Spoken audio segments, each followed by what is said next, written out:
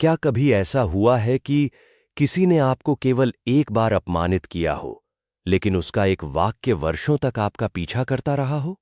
या कभी किसी के विश्वासघात ने आपके भीतर ऐसा घाव बना दिया जो समय बीतने के बाद भी नहीं भरा?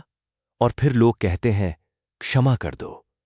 लेकिन क्या सचमुच क्षमा करना इतना आसान है? यदि कोई बार बार अन्याय करे, तो क्या उसे क्षमा करना कमजोरी है? या फिर क्षमा का अर्थ कुछ और है, जिसे हम आज तक समझ ही नहीं पाए? महर्षि अष्टावक्र बताते हैं, क्षमा केवल किसी दूसरे के लिए किया गया निर्णय नहीं है।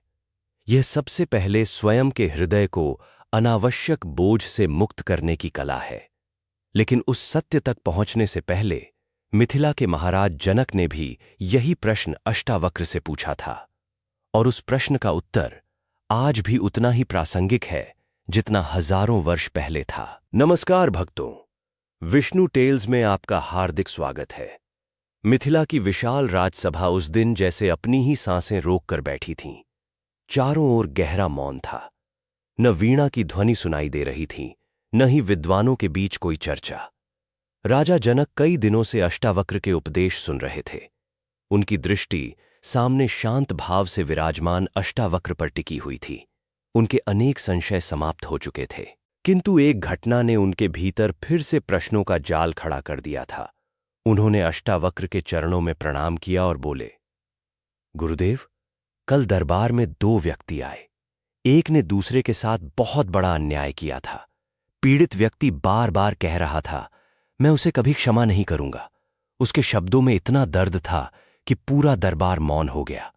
तब मेरे मन में प्रश्न उठा, क्या क्षमा करना वास्तव में उचित है? यदि किसी ने गहरा घाव दिया हो तो उसे क्षमा क्यों किया जाए? अष्टावक्र ने जनक की ओर शांत दृष्टि से देखा। कुछ क्षण मौन रहे, फिर बोले, राजन, यदि कोई व्यक्ति अपने हाथ में जलता हुआ अंगारा पकड़ ले तो सबसे पहले कौन जलता है? जिसके हाथ में अंगारा है या जिसके ऊपर वह फेंकना चाहता है? जनक ने तुरंत उत्तर दिया, गुरुदेव, जिसने अंगारा पकड़ा है वही पहले जलता है। अष्टावक्र मुस्कुराए।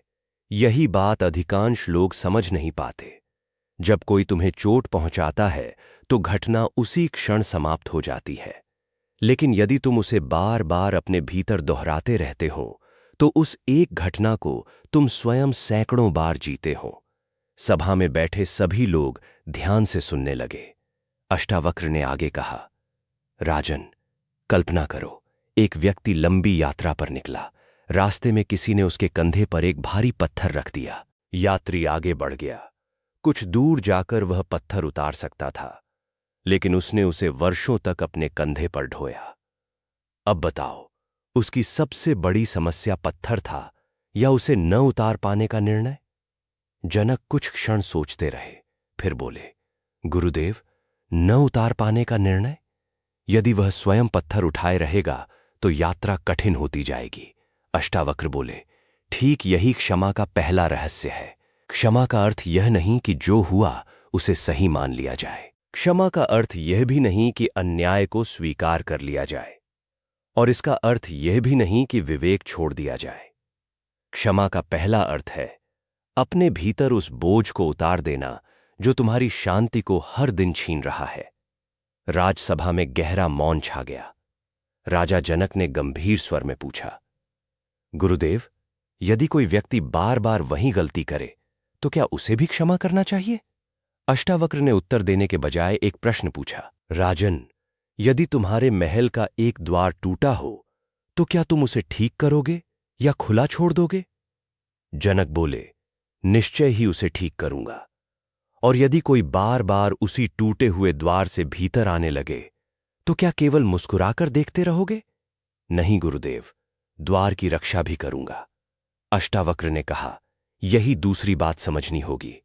क्षमा और असावधानी दो अलग बातें हैं। जिस प्रकार एक चिकित्सक रोगी का उपचार करता है और रोग को बढ़ने नहीं देता, उसी प्रकार जीवन में करुणा और स्पष्टता साथ साथ चलती हैं। क्षमा का अर्थ यह नहीं कि हर व्यक्ति को बार बार वही अवसर दिया जाए, बल्कि इसका अर्थ है मन में ऐसा बोझ न रखा जाए जो स्वयं तुम्हें ही भीतर से तोड़ता रहे। राजा जनक ने कहा, गुरुदेव, तो क्या सबसे बड़ा बंधन वही है जिसे हम क्षमा न करके वर्षों तक अपने भीतर संभाले रखते हैं? अष्टावक्र ने उत्तर दिया, हाँ राजन, समय आगे बढ़ता रहता है, लेकिन अनेक लोग एक पुराने दिन में अटके रह जाते हैं। वर्ष बदल जाते हैं, ऋतुएं बदल जाती हैं, जीवन बदल जाता है, लेकिन उनके भीतर एक घटना वैसी ही जीवित रहती है जैसे वह अभी अभी घटी हो। ऐसा व्यक्ति वर्तमान में नहीं जीता, वह अपनी पुरानी स्मृतियों का कैदी बन जाता है। सभा में बैठे एक वृद्ध की आंखें भर आईं, मानो उन्हें अपने जीवन की कोई घटना याद आ गई हो। अष्टावक्र ने उनकी ओर देखकर कहा, राजन, एक सूखे पत्ते को देखो। जब उसका समय पूरा होता है, वह वृक्ष से अलग हो जाता है। वृक्ष उसे पकड़कर नहीं रखता, इसीलिए अगला वसंत आने पर उसी वृक्ष पर नए पत्ते उगते हैं। यदि प्रकृति हर ऋतु में छोड़ना जानती है, तो मनुष्य ही क्यों हर बीती हुई बात को अपने भीतर सहेज कर रखता है? राजा जनक ने गहरी सांस ली। फिर उन्होंने एक प्रश्न पूछा, गुरुदेव, यदि क्षमा का अर्थ स्वयं को हल्का करना है, तो फिर कुछ लोगों को क्षमा करना इतना कठिन क्यों लगता है? क्यों कुछ घाव समय के बाद भी नहीं भरते? क्या समय सब कुछ नहीं बदल सकता? अष्टावक्र ने अपनी आंखें बंद कीं। कुछ क्षण बाद उन्होंने धीरे से कहा, राजन, घाव समय से नहीं भरते, घाव सही समझ से भरते हैं। और जब तक मनुष्य पीड़ा की जड़ को नहीं पहचानता, तब तक वर्षों बाद भी वह उसी स्थान पर खड़ा रहता है। यदि किसी महल का द्वार एक दिन के लिए बंद कर दिया जाए और भीतर अंधकार हो जाए, तो क्या अंधकार स्वयं कोई शक्ति है? जनक बोले, नहीं गुरुदेव, वह केवल प्रकाश के अभाव से दिखाई देता है। अष्टावक्र मुस्कुराए। ठीक इसी प्रकार बहुत सी पीड़ाएं इसलिए जीवित रहती हैं क्योंकि उनके भीतर सही समझ का प्रकाश नहीं पहुंचा। अष्टावक्र बोले, राजन, एक घटना केवल एक बार घटती है, लेकिन स्मृति उसे बार बार जीवित कर सकती है। कल्पना करो, एक व्यक्ति के हाथ में कांटा चुभ गया, उसने कांटा निकाल दिया, घाव कुछ दिनों में भर गया। अब यदि वह प्रतिदिन उसी स्थान को दबाकर देखे, तो क्या पीड़ा समाप्त होगी? जनक बोले, नहीं, वह स्वयं को फिर से कष्ट देगा। अष्टावक्र बोले, जीवन में भी यही होता है। कुछ लोग वर्षों तक उसी घटना को याद करते रहते हैं, हर बार उसी संवाद को दोहराते हैं, हर बार वही दृश्य मन में लाते हैं। धीरे धीरे उन्हें लगता है दर्द अभी भी वैसा ही है, जबकि वास्तविकता में वे स्वयं उस स्मृति को बार बार जीवित कर रहे होते हैं। राजा जनक विचारों में डूब गए। उन्होंने पूछा, गुरुदेव, तो क्या भूल जाना ही क्षमा है?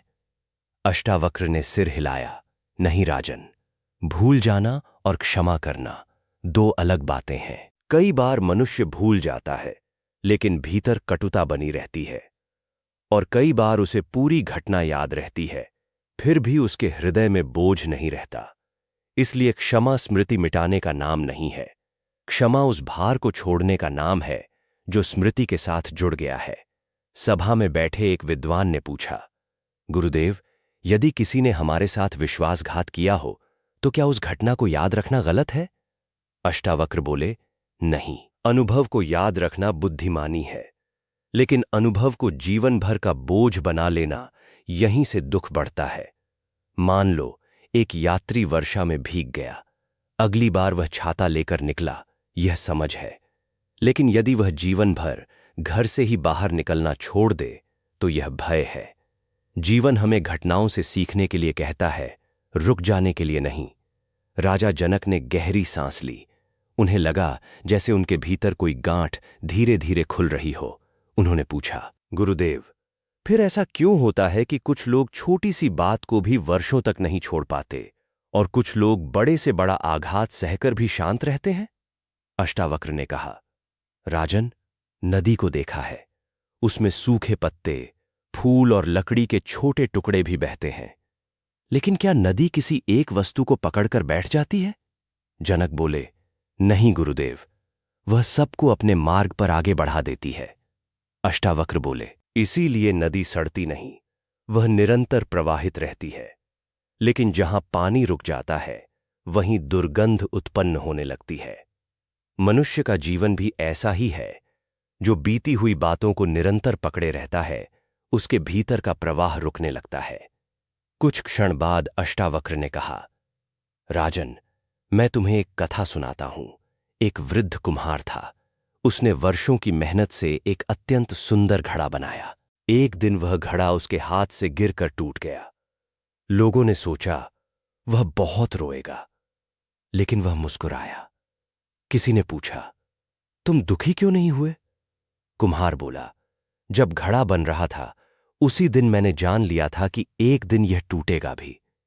इसलिए आज मैं टूटे हुए घड़े पर नहीं, उस समय पर कृतज्ञ हूं जब यह मेरे साथ था। अष्टावक्र ने जनक की ओर देखा। राजन, जो परिवर्तन को स्वीकार कर लेता है उसका दुख हल्का होने लगता है, लेकिन जो हर बदलती हुई चीज को रोकना चाहता है उसका संघर्ष कभी समाप्त नहीं होता। राजा जनक ने धीरे से पूछा, गुरुदेव, क्या इसका अर्थ है कि जीवन में हर संबंध बदल सकता है?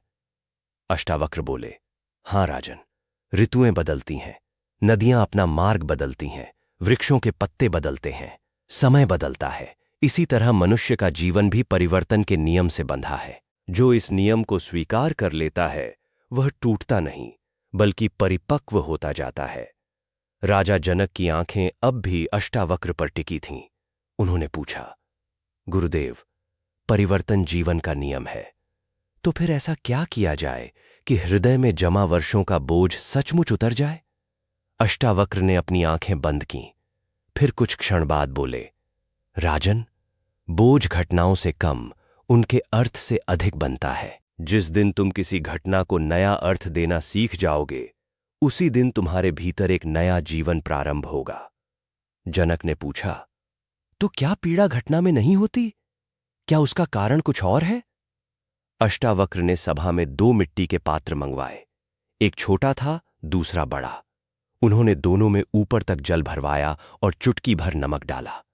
फिर उन्होंने जनक से कहा, राजन, दोनों का स्वाद चखो। जनक ने पहले छोटे पात्र का जल पिया। उनका चेहरा सिकुड़ गया। बहुत खारा है गुरुदेव। फिर उन्होंने बड़े पात्र का जल पिया। इसमें नमक का स्वाद तो है पर कष्ट नहीं देता। अष्टावक्र मुस्कुराए। नमक दोनों में समान था, अंतर केवल छोटे बड़े पात्र का था।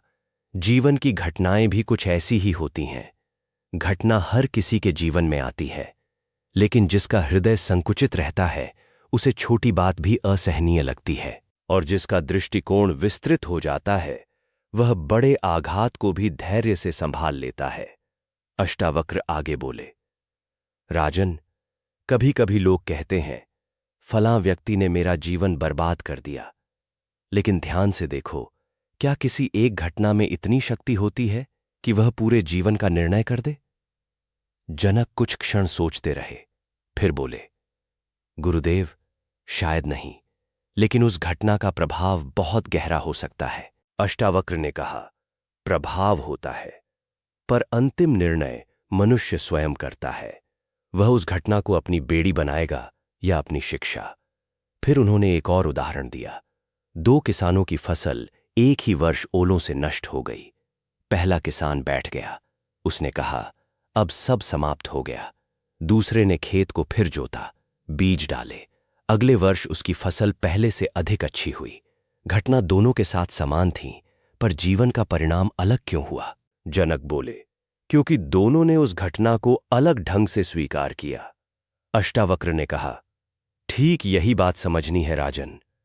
मनुष्य को सबसे अधिक दुख केवल इसलिए नहीं होता कि उसके साथ कुछ गलत हुआ। उसे सबसे अधिक दुख तब होता है जब वह अपने भीतर यह निर्णय कर लेता है, मैं अब कभी पहले जैसा नहीं हो पाऊंगा। यही निर्णय धीरे धीरे उसके पूरे जीवन का रूप ले लेता है। सभा में बैठे एक युवा सैनिक ने हाथ जोड़कर पूछा, गुरुदेव, यदि किसी ने हमारे साथ छल किया हो तो क्या उसे क्षमा करने के बाद फिर से उसी पर विश्वास करना चाहिए? अष्टावक्र ने उसकी ओर देखा और शांत स्वर में बोले, वत्स, क्षमा और विश्वास एक ही बात नहीं है। किसी को क्षमा करने का अर्थ यह नहीं कि तुम अपने अनुभव से मिली सीख को भी छोड़ दो। यदि किसी ने तुम्हें एक बार धोखा दिया है तो उसके प्रति अपने हृदय में विष मत रखो, लेकिन अपने विवेक के द्वार भी खुले मत छोड़ दो। जिस मार्ग पर एक बार कांटा चुभ जाए उस मार्ग से गुजरते समय अगली बार सावधानी रखना बुद्धिमानी है, लेकिन जीवन भर चलना ही छोड़ देना यह समझदारी नहीं। राजा जनक अब ध्यानपूर्वक हर शब्द सुन रहे थे। उन्होंने पूछा, गुरुदेव, क्या मनुष्य पुरानी पीड़ाओं से पूरी तरह मुक्त हो सकता है? अष्टावक्र बोले, हां राजन, मुक्त हो सकता है, लेकिन जब तक तुम्हारा मन बार बार उसी प्रश्न में उलझा रहेगा, उसने मेरे साथ ऐसा क्यों किया, तब तक तुम्हें शांति नहीं मिलेगी, क्योंकि यह प्रश्न तुम्हें बार बार उसी घटना के पास ले जाता रहेगा। जनक ने उत्सुक होकर पूछा, तो मुझे कौन सा प्रश्न पूछना चाहिए गुरुदेव? अष्टावक्र ने उत्तर दिया, ये मत पूछो कि उसने मेरे साथ क्या किया, बल्कि पूछो, अब इस अनुभव से मैं क्या सीख सकता हूं? इस घटना ने मुझे अपने बारे में क्या समझाया? फिर यहीं से परिवर्तन प्रारंभ होता है।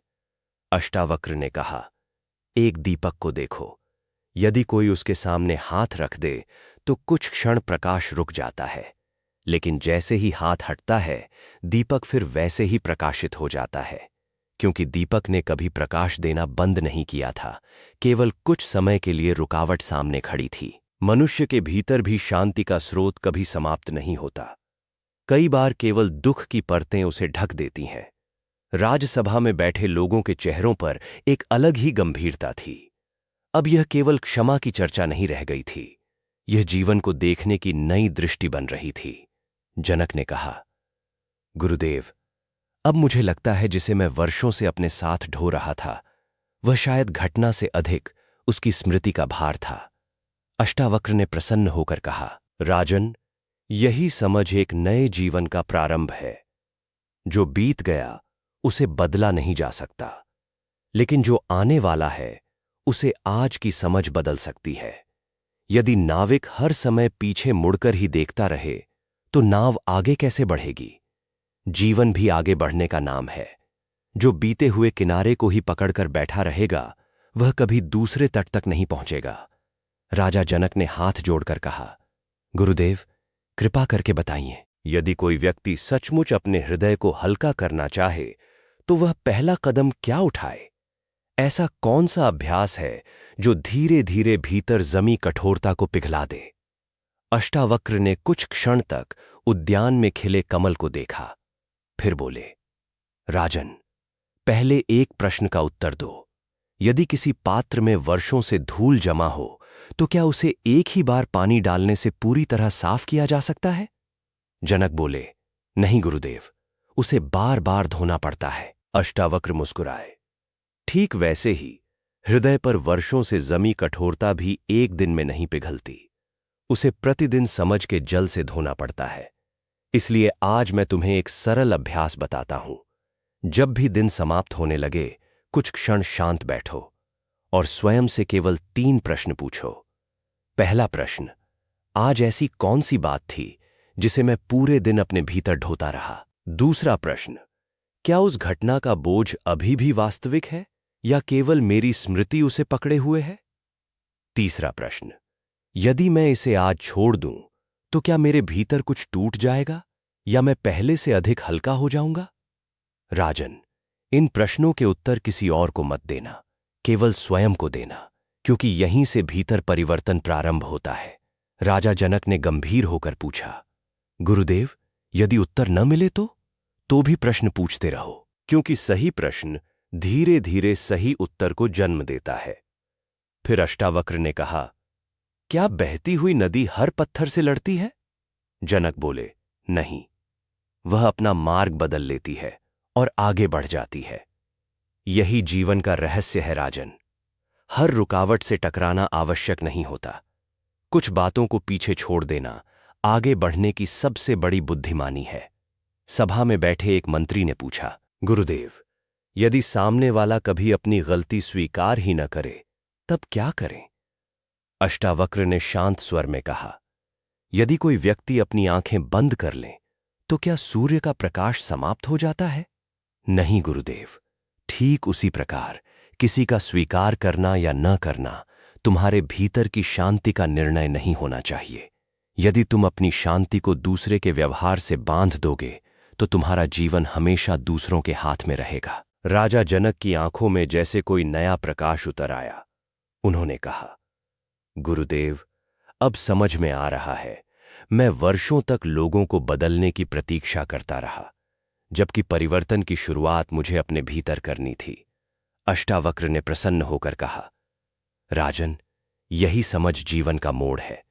जिस दिन मनुष्य यह अपेक्षा छोड़ देता है कि हर व्यक्ति उसके अनुसार व्यवहार करेगा, उसी दिन उसके भीतर अनावश्यक संघर्ष कम होने लगता है। उन्होंने एक वृक्ष की ओर संकेत किया।